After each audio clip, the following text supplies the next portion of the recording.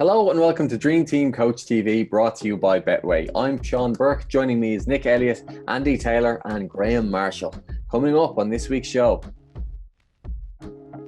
I guarantee if I did a thesis on is Salah more likely to get a penalty, I would find cold, hard data to suggest that is true. He's really annoyed because they keep asking you to turn the Christmas lights on. I hate when people ruin my conspiracy theories with cold, hard facts. Exactly, it's the perfect storm, Graz. We are recording this on St. Patrick's Day, a day in honour of when the patron saint of Ireland banished all the snakes from the Emerald Isle, only for them to end up in White Hart Lane. 2-1 to the Arsenal. That's right. North London is redder than the card that was waved in Lamella's face, Graz. We're back, baby. Another low point for Spurs. How could they let this happen? Don't let a lad that's watched his first Arsenal game in free play that sequence. Come on. I mean, also, right, I mean, we're even on the season, right? So, I mean, North London's pink at best, isn't it? Like it's not. I think what Lamella's red card was really a blessing for both sides, because it means that Arsenal can enjoy that goal now, like everyone else, because he got sent off when he won the game. So can we settle the first debate? Because a lot of chat has been. I think everyone immediately goes on to say that Spurs have lost it, and I think we're probably going to go down that road with this show as well. Is that unfair on Arsenal? Did they actually do quite well? I mean, I thought Arsenal were quite good actually, but at the same time, you can't deny Spurs were so poor as well. It's unfair on Spurs a little bit too, though, because last week all the show was, are Spurs back anyway? Because they only beat Palace and Burnley quite well. No, that was our thoughts. Spurs fans' thoughts were like top fours consistently across the show. This is the problem, though. Spurs fans, I think, is the problem, right? Because I imagine you're getting a lot of your Spurs fan takes from the sort of very reactionary Twitter stuff, right? Yeah. And I think there definitely were, in the wake of that game, a lot of these players, a joke, get Jose Mourinho out of the club, what are they doing? But also, you said, Sean, there, like, it's another low point for Spurs. Yeah, it's another low point, but there have been a lot lower points. Like, I spent most of my childhood hoping for a top half finish. And when we got them, oh boy, they were exciting. We're in an era for Spurs of unprecedented, like, success, right? Yeah. But it's not good enough for some fans, and I do want more. Obviously, all fans want their team to succeed, right? I would like more, but let's be realistic about like Spurs and like their competition. I mean, so 2008 is the figure that gets thrown at us about like, oh, that was your last trophy. But the teams either side of us in the league right now, Aston Villa, Intertoto Cup 2001, that was the last thing they won. They're below us at the moment. Everton, just above us at the moment. FA Cup 94-95. Pre-Leicester's miracle title win, League Cup in 2000, right? If those are the teams that we're genuinely around, right? Because that's where we are at the moment. Let's not like pretend. No one says that, by the way. What do you mean? No Spurs fan compares himself to Everton. That's the biggest issue. But that's where we are. You should be, but no Spurs fan does. I think that is the problem. No, I'm agreeing with you here. I think that is a problem I think that's a problem of like what is expected of our club. Pochettino's era of Spurs, right? He wasn't expected to have the sort of level of success with that squad that he did early on, right? He overperformed. That set a level of expectation for fans who are fans of the club now because of how well we played them and the sort of football we played them, to expect us to be challenging for the title every season. Hold fire on the chat for a few minutes as it's time for the 4 to Score challenge. This week, our sponsor Betway has set us a challenge in honour of Cristiano Ronaldo breaking Pele's goal-scoring record. Again, so we're going to play higher or lower with the career goal tallies of some top footballers, and it's last man standing, okay? And because Ronaldo's record includes his international goals, this is also including their international goals, right? I mean, there's a possibility, when you say it's last man standing, there's a possibility that all of us go out in the first round. That is true, although I purposely made the first few, like, I think... Okay, right. You know. I've got loads here. If you get to the end, see, I don't know. This is one of those games. This could just keep going. First up, Ronaldo, right? 770 goals for the record. Okay. Jamie Vardy, higher or lower? Yeah. Okay, because I mean, you literally said he just broke the goal record, so it would be silly. So I mean, it can't be high. Yeah. Yeah. Okay. So you were right. The first one was easy. Yeah. Okay. Yeah. Exactly. You're all correct. Jamie Vardy has lower. 213 goals. All right, Zlatan Ibrahimovic. Are we measuring this against Vardy or Ronaldo? Yeah, it just keeps going on to the next one. Is it Vardy? You're all correct. Ibrahimovic, 563 goals. Luis Suarez, higher or lower? Ooh, first toughie. I happen to know that Luis Suarez has got one more international goal than Zlatan Ibrahimovic. Oh, okay, that's interesting. If that changes anyone's, it's tough. Try not to be influenced. Okay, he's got lower. So he's got 499 goals. Hard luck. Edinson Cavani, higher or lower? Oh, that's interesting because of the PSG stuff. Yeah, he was prolific at PSG, wasn't he? Jeez. Right, is Nick trying to influence the voting here? I'm just playing along for fun. Fair enough. All right, you're all saying lower? No, Grass is saying higher. Higher? I've gone higher. It's lower. Oh, So, there we go. Come on then. How far can I go? All right, well, Andy's won, but now the question is, how long can this run last? You'll have to stick around later to find out, because right now it's back to the football chat. But before we go further into Spurs, on a Paddy's Day note, Matt Doherty, or Doherty, Thank you. because there's no C in that name. there's no C in that. No, name. there's not. I just think it's bang out of order that Spurs fans are having a big old pop at him. Look, he was on toast by Tierney all game, and no denying that, But Tierney's a very good player. Let's have it right. I mean, it's not like he's getting mugged off by Phil Bardsley out there. Like it's a good player. I was just looking back through the stats, right? So you've signed a player that has played in a system where there's 5 at the back, and he's the right wing back in a 5. And can we just all agree that right wing back / right midfielder is a very different role to right side of a back 4. He comes to Spurs on a very cheap deal, by the way. Since signing, Doherty has played once in a right wing back role in the Premier League. Once. And Spurs fans are kicking off at him. And Yeah. I think this is why I just hate the toxic nature of kind of big 6 clubs, is that there's no perspective. They just see what they see from their players, and they just kick off, go on social media, abuse him. I mean, I saw a happy Paddy's Day to Matt Doherty today, and all the comments were just going, I'm saying happy Paddy's Day to everyone but Matt Doherty. It's like, that is so harsh. He's been absolutely killed by Jose. Let's be quite right about it. He's not played in the right position. It's unbelievably harsh, and it's also come from a situation that he couldn't possibly have controlled, right? So the plan with Doherty was that Ben Davies would be the left back. He'd be playing in a 4. Doherty would have total free rein to go forward, and they'd go to a back 3 with Davies sort of slotting in as a back 3 like he does for Wales. Yeah. Now, that's obviously a great plan, and I think would have seen Doherty put in a lot better performances than he has done in his unnatural position for him. Unfortunately, Gareth Bale suddenly becomes available on loan. That brings Reguilon to their club. That totally throws everything out of kilter, because suddenly you play Reguilon for a few games and the fans go wild because he's super fast up and down the wing. Oh, isn't he exciting?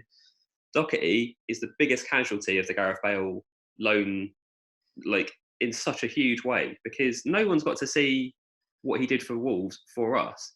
It's just frustrating that, obviously I wasn't pleased with his performance against Arsenal. Like he was put on toast by Tierney constantly, but he also, wasn't. How many times did Gareth Bale help him out, by the way? Yeah, he wasn't being given any cover. This is what I was about to say. There was no cover for him whatsoever. And I mean, if we already know that he's struggling at right back and he's going to get attacked by, one of the best left backs in the league, then maybe we should have given him a hand.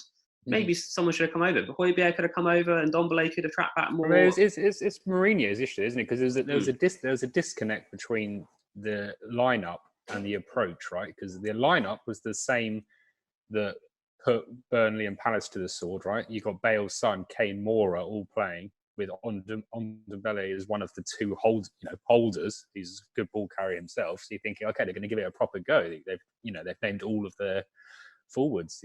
It's the 2-4-2 effectively again. That didn't actually materialise. We saw them very, very cautious. And Mourinho was talking, he was saying all that stuff like, oh, Arsenal are below us in the league, we don't look down. It's like, well, then why did he approach it like Arsenal would come in Arsenal just won the Champions League. They gave him too much respect in a way.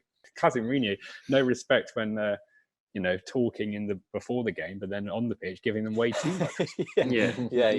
So true. Yeah, like we only started attacking really, and could have even scored a goal. I think had a disallowed goal when Lamela was sent off. And I mean, if we were able to sort of put that much pressure on them with 10 men, it would be lovely to have seen us have a go with 11, right? Well, that's the thing, isn't it? Aubameyang was punished for turning up to the ground late, but what punishment do the Spurs players face for turning up 80 minutes into the game?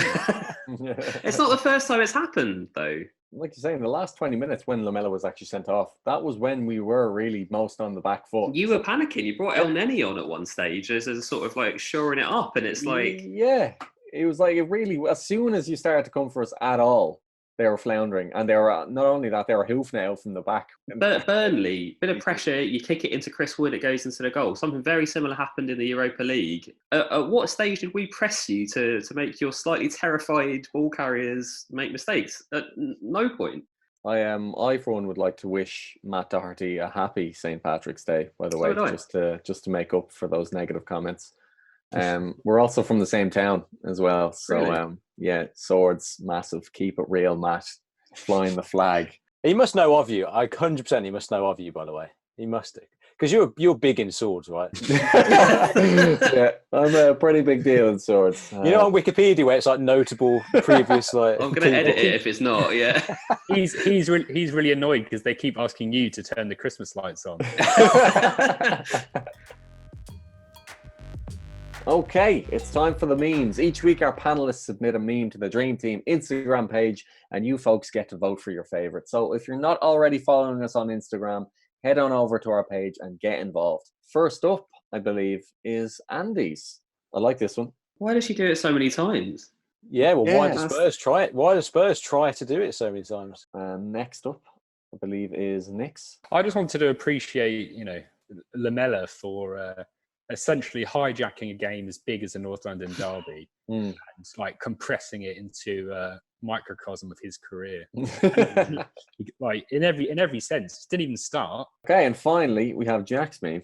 So that's Harry Kane when Gabriel doesn't have the ball, and I agree with that. I didn't actually realise how rough the tackle was when I watched it live for some reason. The results are in third place with 177 votes is Nick Elliott. Outrageous. In the right circles, that will do really well. In second place with 305 votes is Andy Taylor. Oh. Which means, again, Jack is in incredible form. I'll celebrate on his behalf. Do it a Nick celebration. Congratulations, Graz, on behalf of Jack. And you can accept this meme award. Oh, thank you very much. We've got some FA Cup action this weekend with Leicester City versus Man United probably being the most evenly matched clash. While in the Premier League, it's another London derby as up-and-comers Arsenal take on the high flyers of West Ham. At this rate, Arsenal might even challenge for a top 4 spot someday. Are we witnessing the beginning of a Moyes era at West Ham, or is this just going to be like Sheffield United last year, one of those one-off good seasons? I mean, we talked about this a few weeks ago, didn't we? That we've got to give him a lot of praise, but it's about whether he can keep some of those players together. I mean, if Declan Rice leaves... that's such a huge thing for them. Can he get another sort of Czech lad in that case to fill his position? Any Czech lad. Yeah, any'll do. He got quite a lot of unnecessary criticism, I thought, after the Man United defeat. I know they were very negative and cautious, but United, the one thing they want and what they've proven is that they want people to come onto them because they're really good at counter-attacking, and that we've seen loads of times that if you sit in, they actually sometimes don't have an answer, like that Palace, that 0-0 draw to Palace. I know it's not great to watch and they've ended up losing the game anyway, but I can see the logic. So yeah, Moyes, you can't give manager of the season to anyone other than Guardiola really, just because of what's happening. But I think Moyes would be second, I think, at the moment. That's the thing, isn't it, about West Ham? Everyone's talking about what happens when fans come back into the stadium because they're notoriously short patience, West Ham fans. And if they saw a performance like that, I know it wasn't at West Ham, but would they suddenly, their faith in Moyes sort of crumble quicker than if they had a foreign manager who had never won anything but played tiki-taka? I mean, is this a match, like if Arsenal just go and lose this match, which is definitely in their wheelhouse. Suddenly, off the back of a really great win, North London derby, a lot of confidence. Exactly, it's the perfect storm, Graz. They've set themselves up. What does that say about Arsenal? Like, is this a match they should be winning? This is the whole thing about like historic form versus current form, though, isn't it? Right? Because this is the thing that annoys Andy the most, is that like most people say, "Oh, Arsenal should win that," right? Because Arsenal should be. I've done this a lot this episode. Done a lot of these. Should be above West Ham, but West Ham right now are playing better than Arsenal, generally speaking. I think it's just because when you see the badge and you see that shirt, I don't know, you just immediately get dazzled by Henry, Bergkamp, Wenger. If you just took all of those 11 kits and just put them on the Burnley starting 11, we probably would suddenly start looking at Chris Wood and going, do you know what? He's not that bad, is he? There's a little bit of Olivier Giroud about him. Because if you look at Arsenal, they've not finished inside the top 4. It's going to be 5 years this year. If West Ham win, they go 10 points clear of Arsenal. There's a point to be made. Is Arsenal even a bigger club than West Ham? It's just, I think everything about football just winds me up about bias towards the historically bigger clubs. Like, it's really fortunate that everything winds you up, because otherwise we wouldn't be able to fill 20 minutes every week.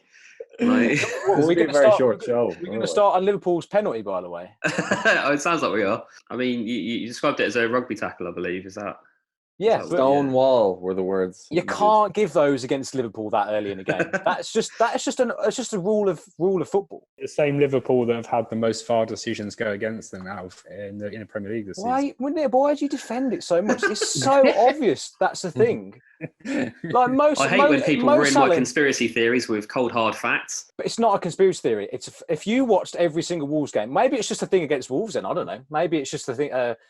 Discrimination against teams from the Midlands. I don't know. If that is Patricio on Salah, does Salah not get that either? Well, I think the thing is, like, you know, he's more likely to. I guarantee if I did a thesis on is Salah more likely to get that penalty, I guarantee I would find cold hard data to suggest that is true. It's a classic confirmation bias. I mean, you in your head you think this is a thing, so when you see an incident like that, you go, "Oh, if that was, you know, Liverpool would get it." And then if you see a situation in which Liverpool don't get something, you think, "Oh, well, that's a surprise. They usually get those." Do you know what I mean? Moutinho got pushed. I don't know if you saw that one. Moutinho got pushed in the back by Trent. Nothing given. If anything, the commentary are going, he's gone down a bit easy there. No one says that they go down easy for any of the big teams. It's always like, ooh, this contact. Of course they do. Literally everyone says that about Salah. The commentators are told to keep it on the hush. No way. The commentators play down all of the big diving incidents these days because they're just told not to, because refereeing is so poor at the moment. Do you see the thing with Foden, you know, the other day? He stayed on his feet, clear foul. In the box, should have been a penalty. Alex McCarthy, but he's tried to scramble up and get the ball and play on, and it's not given on the pitch, which you can kind of understand because maybe, you know, you get tricked into seeing something different. But how that can go to VAR? That's one of the worst I've seen. That was crazy, and not give it. So you know what I'm thinking? What's the motivation for Salah to stop going down in the box easily now? Because he can just go, well, look. I agree. No, I agree. Yeah. If I don't go down, I'm not going to get a blatant penalty, and I'm not going to disadvantage myself. It's just depressing, to be honest, how bad it is at the moment. Just the refereeing standards at the moment are so poor. It's insane. And not to say they've been ever that good, to be honest, because, you know, I saw a clip today of Alan Shearer absolutely chopping down an Arsenal player. Did we ever have like a golden age of refereeing though? Hasn't refereeing always been like a subject where it's like, oh, exactly, that's the thing. It's the referees are rubbish. Like, oh, the referees are, you know. It's always been an issue, yeah. I think it boils down to them not playing the game. I think that's what it always boils down to. They don't understand. Also, there's unrealistic standards of expectations a lot of the time. There was a flat-out refusal for years to accept that humans make mistakes for reasons other than bias. You know, people can't just accept that someone can just get a decision wrong because they got it wrong. It's like, oh, they must hate my club. Yeah, must love the other club. They just get it wrong sometimes. So then we bring in technology to try and iron those out, and obviously people are even more angry because now you can sometimes see the proof of the other decision, and they've still got it wrong. You've also still got a human looking at 10 slow motion replays of a 50-50 judgment call, and if it goes the different way that you think, but also you're absolutely livid as a fan. Yeah. Right, well, we can't finish a show without seeing just how long Andy lasted in our game of higher or lower. Let's see how he fared. All right, next up, Miroslav Klose, higher or lower. So Cavani had 411 goals. Thank you. I just feel like generally closer. Like I've got a false perspective because he was very good His World Cup. I'm like, was he like unbelievably prolific? No, I'm going lower. You are correct. It's lower. 375 goals. Okay. Thierry Henry, higher or lower? Feels wrong given this. But... We have it on camera. I said Thierry Henry and you did this, Graz. It is correct. It's higher. He's got 417 goals. Robert Lewandowski, higher or lower? That's got to be higher, hasn't it? Surely. It's got correct. It's higher. He's got 537 goals. So all right. Goals. Gareth Bale, higher or lower? Correct. He's got 208 goals. Olivier Giroud, higher or lower? Than 208? Mm-hmm.